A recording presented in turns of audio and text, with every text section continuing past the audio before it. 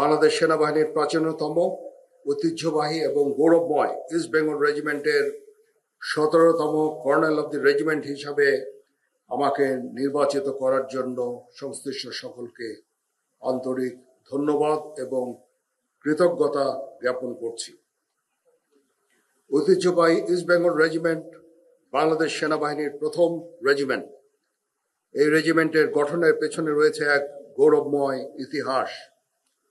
1971 সালে মহান মুক্তিযুদ্ধ শুরু হওয়ার পূর্ব পর্যন্ত এই রেজিমেন্টের 8টি ব্যাটালিয়ন নিয়ে গঠিত হয়েছিল। মহান মুক্তিযুদ্ধে এই রেজিমেন্টের 12,833 জন সদস্য অংশগ্রহণ করেন এবং 231 জন সদস্য খেতাবপ্রাপ্ত হন। তাদের মধ্যে 2 জন বীরশ্রেষ্ঠ, 34 জন বীরুত্তম, 74 জন বীর বিক্রম এবং 121 জন বীর প্রতীক রয়েছেন।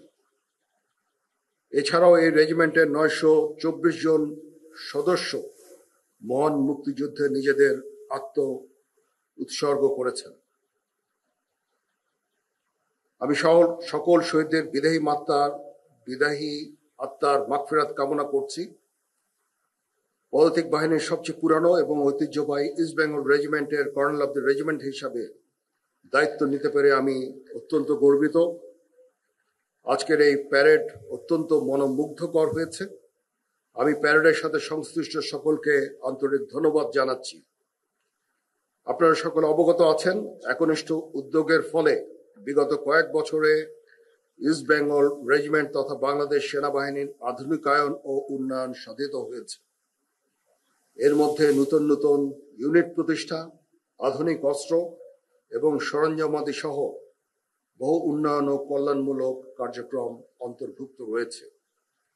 আমি কর্নেল অব দি রেজিমেন্ট হিসাবে ইস্ট বেঙ্গল রেজিমেন্টের আভিযানিক সক্ষমতা ও যুদ্ধ উপযুক্ততা বৃদ্ধির চলমান প্রক্রিয়াকে আরো বেগবান করব ইনশাআল্লাহ।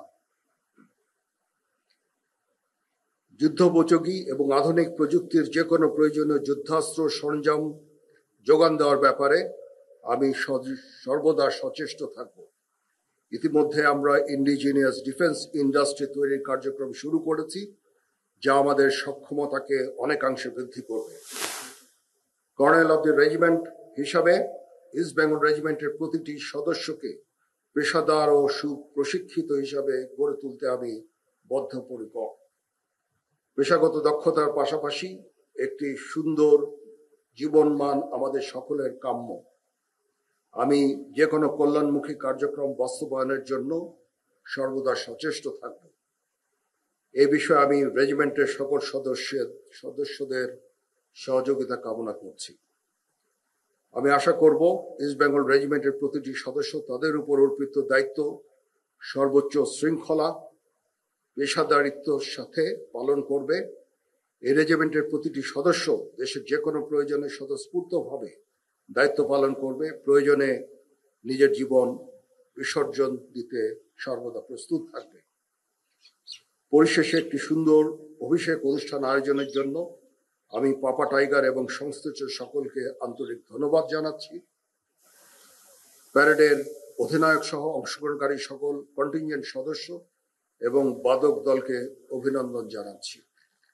এছাড়া উপস্থিত সকল অতিথি এবং প্রিন্ট ও ইলেকট্রনিক মিডিয়ার সাংবাদিক বৃন্দকে আন্তরিকভাবে ধন্যবাদ জ্ঞাপন করছি।